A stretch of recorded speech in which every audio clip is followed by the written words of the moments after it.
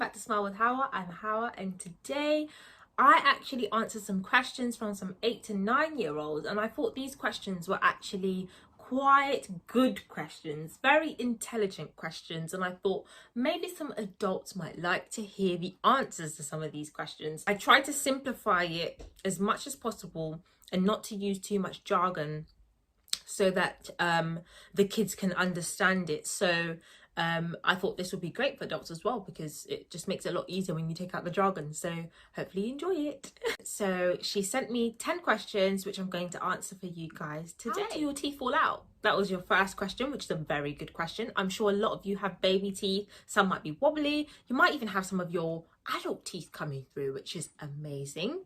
So how do they fall out? Baby teeth normally fall out when the roots, so the legs of the tooth that hold it in place, start to disappear. So slowly the roots start to disappear and they start to get wobbly. And the reason this happens is because your adult tooth is ready to come out. So once the roots of the baby tooth has disappeared, then your adult tooth can come in. So then your baby tooth would fall out because it no longer has the legs that hold it in, which is known as the roots. That bit here, that's the roots of the tooth.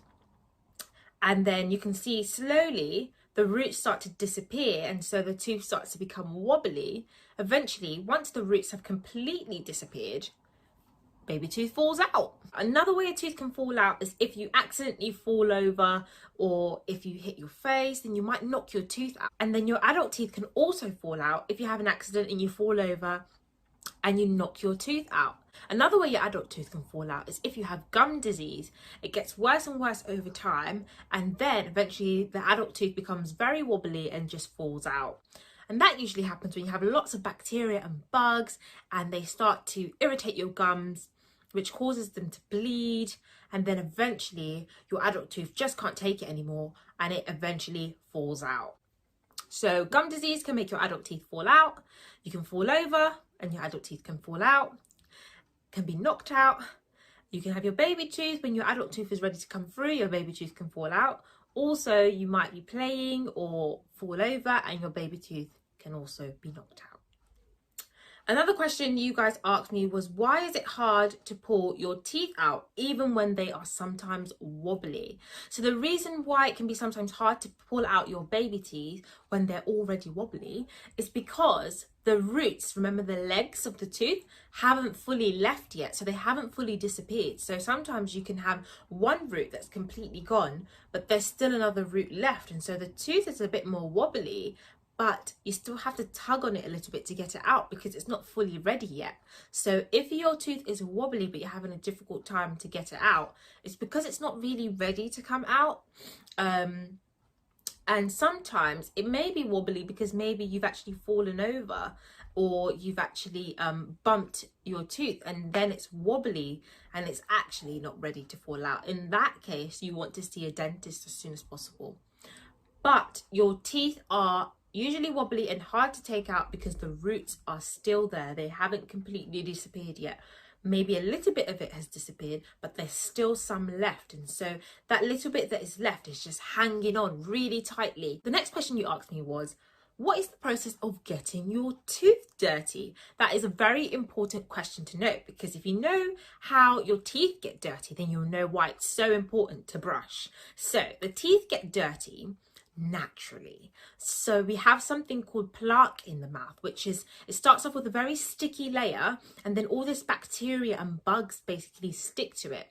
And then as you eat your breakfast, your lunch, your dinner, your snacks, all the foods you eat get stuck onto this sticky layer, and that's what makes up plaque, and that's how you get your teeth quite dirty. But the plaque and the sticky layer, it just always builds every day, because in our mouth we naturally have some bacteria there. In order for you to get rid of the dirt on your teeth, you have to brush really well, twice a day for 2 minutes. You need to study to work in a dentist. So in a dentist we have receptionist, we have a dental nurse, We have a dental hygienist or dental therapist like me. We have a dentist, and we have lots of other different types of dentists. So dentists for braces, that to make your teeth nice and straight, and dentists who just love doing fillings all day long. In order for you to get into dentistry, you would need to study science. You have to study biology and chemistry because you have to learn about the body. And then you can add any extra subjects you like. And then once you've finished studying biology and chemistry, when you go to university, you're going to study dentistry, or you can study dental hygiene and dental therapy. Why do we have baby teeth and adult teeth? Why do we have baby teeth and adult teeth? This is a really good question. And I did ask some adults this question and they didn't get it right. So this is a very clever question. The reason why we have baby teeth and adult teeth is because, number one, when you get your baby teeth, it's because you're a baby and you've got a very small mouth. And as you can see here, this is the baby mouth and this is the adult mouth. And so the baby mouth looks a lot smaller than the adult mouth. So when you're a baby, you get these tiny little teeth that can fit in your mouth. And then when you get bigger, everything gets bigger. Your nose, your eyes, your mouth gets bigger. And when it gets bigger, it means there's space for more teeth and for bigger teeth. So then you get your adult teeth. The reason why you don't just have one set of teeth is because your mouth is too small when you're a baby to have all the teeth an adult has. You have to wait till you get a little bit older so that you can get your full set of teeth. If you had adult teeth in a very small mouth, it wouldn't be very comfortable. And as you can see here, the baby teeth only has 20 teeth and the adult teeth has 28 to 32 teeth. That's a lot of teeth. And this is important so that you can chew your food, so that you can speak, so that you can smile. So that's the reason why we don't just have one set of teeth. It's because when you're small, you've got a small mouth, and when you get older, you've got a bigger mouth. So your teeth have to change. How can we get rid of decay? This is a very good question because a lot of people get decay, even adults. So to get rid of decay in the early stages, when you first start having tooth decay, the best way to get rid of it is to use a toothpaste that has something called fluoride in it. Fluoride is something that helps to reverse tooth decay, or it makes it static. And then that means that your tooth can heal itself. So when you brush your teeth 2 times a day for 2 minutes, the fluoride is going to help get rid of the tooth decay at the very early stages.